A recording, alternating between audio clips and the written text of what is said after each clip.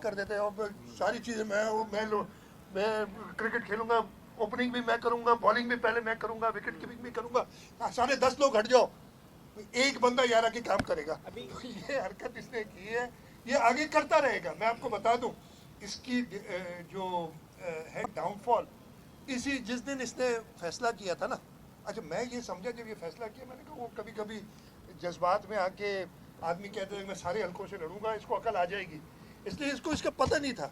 और मैं अभी तो प्रूव हो गया ना, मतलब पीटीआई को अपनी 6 सीटें हारने की मुबारकबाद हो, इसलिए सीट तो उनकी 0 है। इतनी सी बात है, अगर सब समझ जाते हैं। सर्कुलर रेलवे के हवाले से ये भी इल्जाम आ रहा है कि वो बलजाती इलेक्शन से भाग रही है, हालांकि हम जानते हैं कि सिंध में इमरजेंसी की सूरत हाल है, लेकिन जरा इस पर भी कुछ ये मैं देखें, हमने इलेक्शन कमीशन को बता दिया है, इशू ये नहीं है। हमारा मलीर का हल्का था, हम अल्लाह ताला का शुक्र है मलीर से जीते। अच्छा अब आप एक काम कर लें, हम भाग रहे हैं जो कह रहे हैं ना, मलीर के हल्के की रिजल्ट आप सबके पास है, आप लोग एनालाइज कर लें, मैंने की है ऑलरेडी एनालाइज। जो हमारी उसके बाद मलीर टाउन है जिसमें ये इलेक्शन हुआ था, मलीर टाउन में यूनियन कमिटीज़ हैं, 10 या 11 यूनियन कमिटीज़ हैं, उन 10 यूनियन कमिटीज़ हैं, उन यूनियन कमिटीज़ के रिजल्ट देख लें कि मलीर टाउन हम जीते कि नहीं जीते। हम क्यों भागेंगे? इसी तरीके से लियारी टाउन होता इलेक्शन से, ये भागा, हम जीतते। हम बहुत कंफर्टेबल हैं, लेकिन हम इस शहर में, इस सूबे में, इस मुल्क में अपने फायदे के लिए, सिर्फ इस वक्त इलेक्शन में हमारी सबसे बेहतर पोजीशन है, लेकिन सिर्फ हम अपने फायदे के लिए कोई law and order situation create होनी चाहेंगे। और इसी वजह से हमने इलेक्शन कमीशन को लिखा कि हमारा जो प्लान था, जो हमने इलेक्शन कमीशन के साथ पहले शेयर किया था, 2 हिस्सों में क्यों होते हैं इलेक्शन क्यों 2015 में भी हुए थे, अभी भी, कि जी पहले 4 डिवीजन में हमने पहले इलेक्शन कराए, 2 डिवीजन में आप करा रहे हैं। वो क्यों होते हैं? वो इसलिए होते हैं कि हम चाहते हैं कि ये लोकल गवर्नमेंट इलेक्शन और नेशनल इलेक्शन, जो जनरल इलेक्शन होती है, इसमें बहुत फ़र्क है।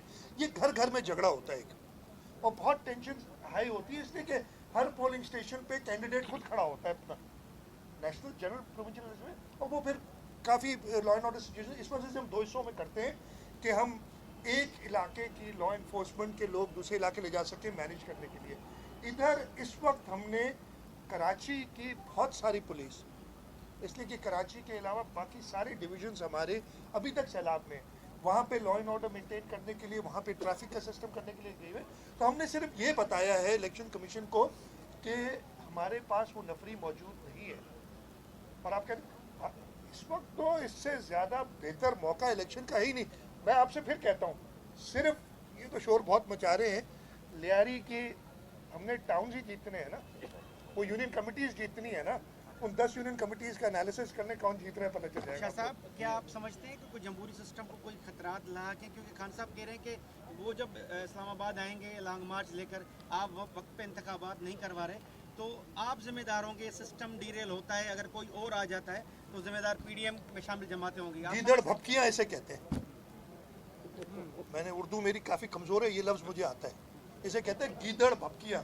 एक गीदड़ यही कर सकता है। मैं आपको फिर से बता रहा हूँ कि ये शख्स, मैं बहुत अच्छी तरह 4 साल मैंने भी गुजारे, मीटिंगें भी की है इसके साथ, सब कुछ किया है। मैं ज़्यादा क्यों ना ऑफिशियल सीक्रेट है, उसकी वजह से काफ़ी चीज़ें नहीं बता सकता लेकिन इस शख्स की सिर्फ तो बता सकता हूँ। नहीं है हाल, ये वही है ना, आपने अभी भी तस्वीर हैं जो दीवार फलांग के भागा था, तस्वीर आपने देखी है। वो भाई छोड़ो ये बातें, ये वही शख्स है ना, जब शुरू हुई थी तो जाके पेशावर छुप गया था।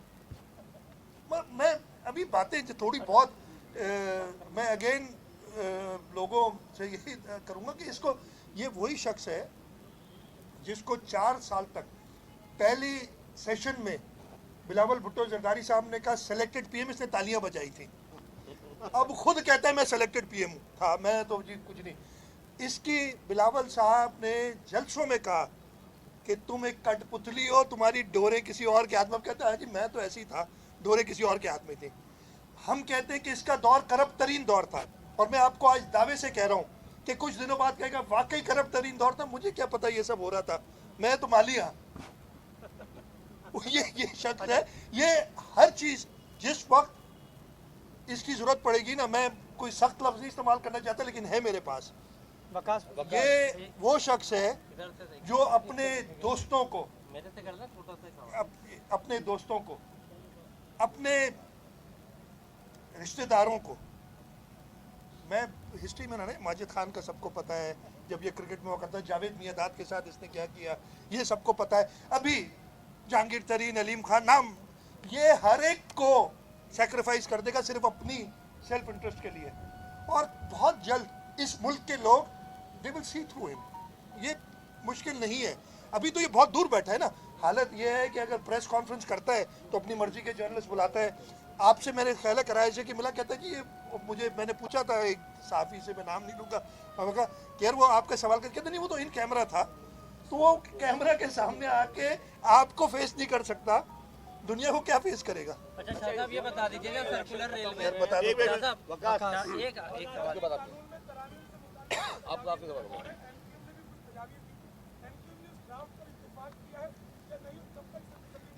नहीं, हमारे पास वो कुछ इत्तेफाक हो गया है, उसको हम लीगली देख रहे हैं, और जो नॉर्मल प्रोसीजर, देखें हमने खुद कहा था इस ड्राफ्ट को लेके कि इसमें बेहतरी की गुंजाइश है, और हम हर पॉलिटिकल पार्टी, पीटीआई को भी सिफारिशात देनी है तो दे।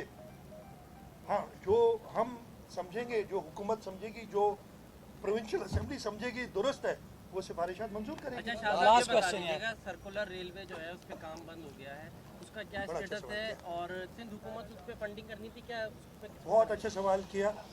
सर्कुलर रेलवे 2016 में से पाकिस्तान पीपल्स पार्टी की सिंध हुकूमत ने रिवाइव किया था। उस वक्त के वज़ीर आज़म को दिसंबर 2016 में कहा कि जी इस सर्कुलर रेलवे को आप बना सकते हैं सिर्फ उस मोड में कि जो ऑरेंज ट्रेन जिस तरीके से बनाई है आपने लाहौर में, उस तरीके से बना सकते हैं। उस वक्त के वज़ीर आज़म ने इत्तेफाक किया, इन प्रिंसिपल अग्री, ये सारे खतूत और सब मौजूद हैं।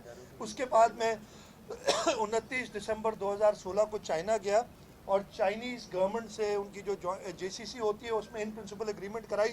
3 महीने के अंदर, वो लंबी कहानी है ये, माशाल्लाह ये हुकूमत आई, उसने पता नहीं कभी कहते हम पब्लिक प्राइवेट पार्टनरशिप में, कहते सिंध नहीं करे वफाक करेगा।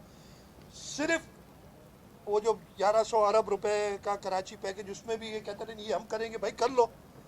एक बहुत फॉल्टी, मैं ये कह रहा हूँ, जब ये जो हमारी कोलिशन गवर्नमेंट आई, मैंने पहली मीटिंग में प्राइम मिनिस्टर से कहा कि ऐसे नहीं होगा। ब्यूरोक्रेसी इसने वही कंटिन्यू कर रही थी, उन्होंने साल एक गंवाया था पिछले अरस्तु के साथ, तो वो अटकी रही मेरे पास। मुझे 2 दिन पहले वज़ीर आज़म साहब का फ़ोन आया और आज सुबह दोबारा फ़ोन आया। उन्होंने कहा है कि अगली जब भी चाइना की उनकी ट्रिप होगी, उसमें चाइनीज़ गवर्नमेंट ने खुद लिखा है कि हम ऑरेंज ट्रेन के तरीक़ेकार पे KCR करना चाहते हैं, EPC प्लस फाइनेंसिंग, जिसके अंदर बिडिंग होगी और एक कॉन्ट्रैक्टर होगा, जैसे ऑरेंज ट्रेन हुई थी उसी पैटर्न। जो मैं पहले दिन से 2016 से, कितने साल हो गए, 16 से 22, 6 साल तकरीबन, 6 साल गंवाए हमने, मैंने गंवाए। आप इसको कह लें, मैं नहीं, ऐसे लोगों से, मैंने कहा ना ऑफिशियल सीक्रेट्स एक्ट की वजह से पता नहीं चलता अकल के बारे में, तो गंवाए। प्राइम मिनिस्टर ने आज सुबह मुझसे दोबारा, पिछले 4 दिन में 2 बार बात कर चुके हैं, कल हम मीटिंग भी कर रहे हैं, और इंशाल्लाह ताला जो 2016 में हमने कहा था, इसलिए और तरीका नहीं है, पब्लिक प्राइवेट पार्टनरशिप में करेंगे, $3 अरब का प्रोजेक्ट, सवाल ही नहीं पैदा होता। We don't have these finance, वो लंबी बात हो जाएगी। तो खुशखबरी है सबके लिए, इंशाल्लाह ताला। है बहुत अफसोसनाक बात कि 6 साल तकरीबन हमने गंवा दिए, लेकिन हमारा एक्सरसाइज काफ़ी पूरी है। जब हमने 2016 दिसंबर में कमिट किया था, मार्च में हमने इसकी फीजिबिलिटी तैयार करके और इसको PWPT से करके मई तक सेंट्रल डेवलपमेंट वर्किंग पार्टी ने भी पास कर लिया था। मई 2017 में चाइना के अंदर मुझे फेडरल गवर्नमेंट ने कहा था कि जी हम हफ्ते के अंदर जाके एक्निक से इसको क्लियर कर देंगे, उसमें टाइम लगा, वो अक्टूबर नवंबर में जाके एक्निक से क्लियर हुआ था। अनफॉर्चुनेटली ये जब हुकूमत आई तो उनका काम है ना, ये समझते हैं कि कुल अकल है और अकल ज़ीरो है, हर चीज़ पे उनको, हर चीज़ पे महारत हासिल है। हम ये नहीं कहते, हमारी हमेशा तरीक़ेकार ये रहा है कि जिस शख्स को जो चीज़ आती है पहले उससे सलाह मशवरा करे और जैसे वो एडवाइस करे वैसे आगे बढ़े। ये अपने आप को कुल अकल समझते हुए उन्होंने हर चीज़ जानती है, और इन्होंने इस प्रोजेक्ट का कबाड़ा निकाला, 5 साल इसको कम से कम डिले किया, और ये कराची के लोग इनसे हिसाब मांगे कि जी ये सारी चीज़ करने के बाद उधर ही आके फंस गए हो, तुमने किसी शख्स के कहने पे 1950 वाली ट्रेन चलवा दी। हमने बहुत अपोज किया कि भाई इसका कोई फ़ायदा नहीं है। सिंध हुकूमत से 6 अरब रुपए ज़बरदस्ती वसूल किए, सुप्रीम कोर्ट को गलत बयानी दे के। मैं ये नहीं कहूँगा सुप्रीम कोर्ट का इसमें कसूर है। अगर फेडरल रेलवे मिनिस्टर हालत ये थी कि मैंने उनसे कहा, ये इस्माइल आगे मुर्तज़ा को इनके ये पता है इनको, मैंने कहा यार खड़े हो जाओ, जो गलत है उसको गलत कहो। कहते मैं नहीं कहूँगा, आप लोग कहें, मैं सुप्रीम कोर्ट को नहीं कहूँगा कुछ। मैंने सिर्फ ये कहा था जो गलत चीज़ है, जो आपको समझ नहीं आ रही, उनको बताओ। फयाज भाई अगली बार कर लेंगे। कुछ रोज कबल आपने गाजी कोर्ट में पुलिस की चढ़ाई का आपने नोटिस लिया था, खवातीन पर तशद्दुद हुआ था। आज फिर वहाँ बड़ा एक एहतजाज हो रहा है और बड़ी तादाद में पब्लिक मौजूद है और कहा जा रहा है कि पुलिस वहाँ घर गिराने आ रही है, तो उस पर क्या? ऐसा कुछ नहीं होगा इंशाल्लाह।